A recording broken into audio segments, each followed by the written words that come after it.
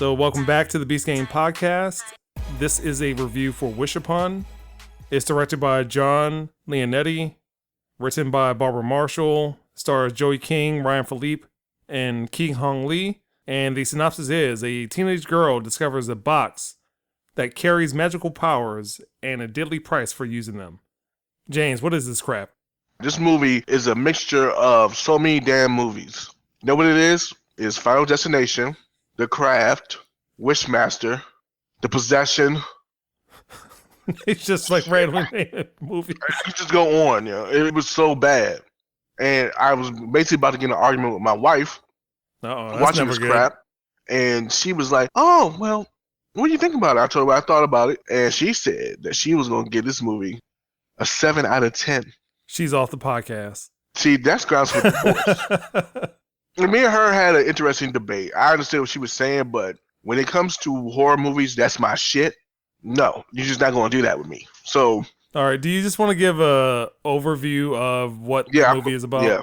The movie starts off with a girl, like an unpopular girl, like kind of like an outcast. And she has a group of friends and all this other stuff. Her father's a dumpster diver, pick up random junk and trying to find treasure out of garbage. He basically was around her school. She got embarrassed and all that because, you know, teenagers are going to be teenagers. And this movie further reiterates why I hate fucking teenagers. Why I hate them sons of bitches. They can all rot in hell. Tell us how you really feel, James. Teasing over and over again of this girl. Like, she was just very unpopular. She had a couple of friends, and that was it. So her father, in his dumpster diving adventures, found this box. So she was like, okay, whatever. He said, oh, well, it's Chinese on here. And I know you take Chinese in high school. So here you go. Maybe you can figure out what this shit means.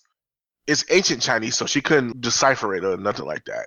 So all these things happen in a movie, and she just continues to wish on this box, not knowing that certain things are going to happen.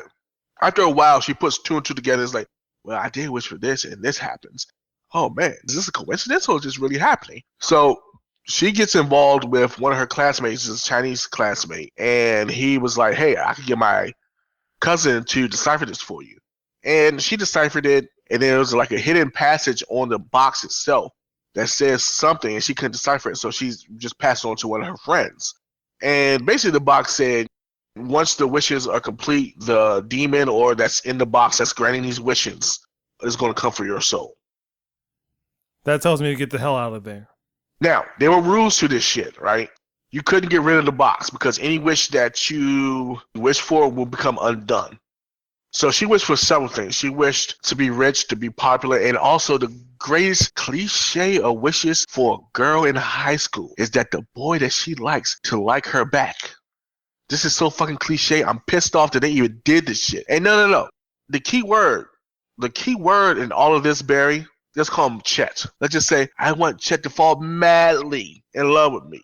Now, the catch with these wishes, every time you do a wish, it's a perverse translation. She said madly. So yeah, he was madly in love with her to the point that he was going to try to kill her. It's just an exaggeration of the wish. And every time she does a wish, someone has to die. Blood has to be let for the wish to come true. Someone dies either close to her or someone that she knows.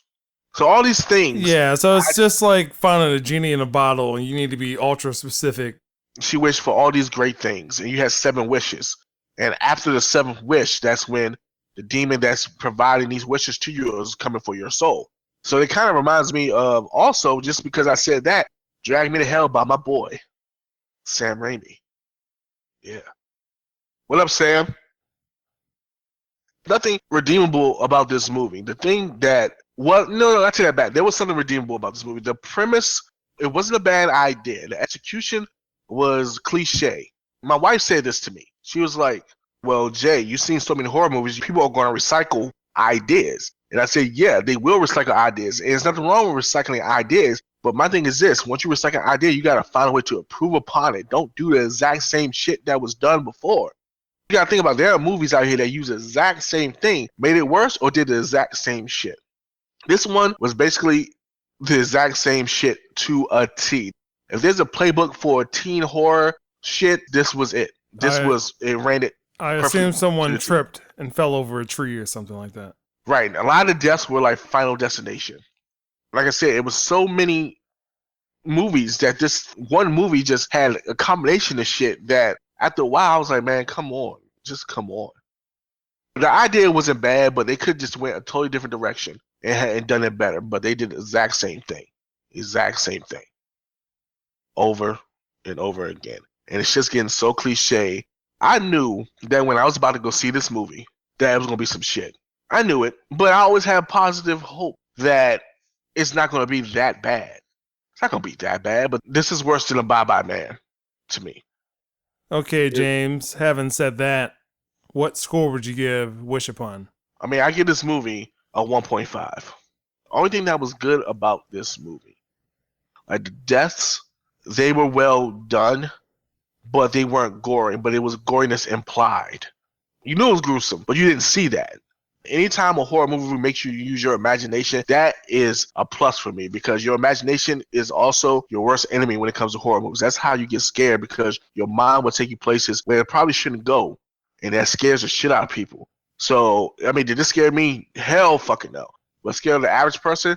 Probably not. It'll make them cringe, but when you could do something in a horror movie that makes the viewer use their imagination, that's always a plus. And that's the only plus that this movie gets. All right. And we'll just wrap it up. That's the Beast Gang Podcast. You can find more of our podcasts at beastgang.com, iTunes, Google Play, Stitcher, TuneIn, iHeartRadio, Twitter, and YouTube. This movie sucks. Horrible.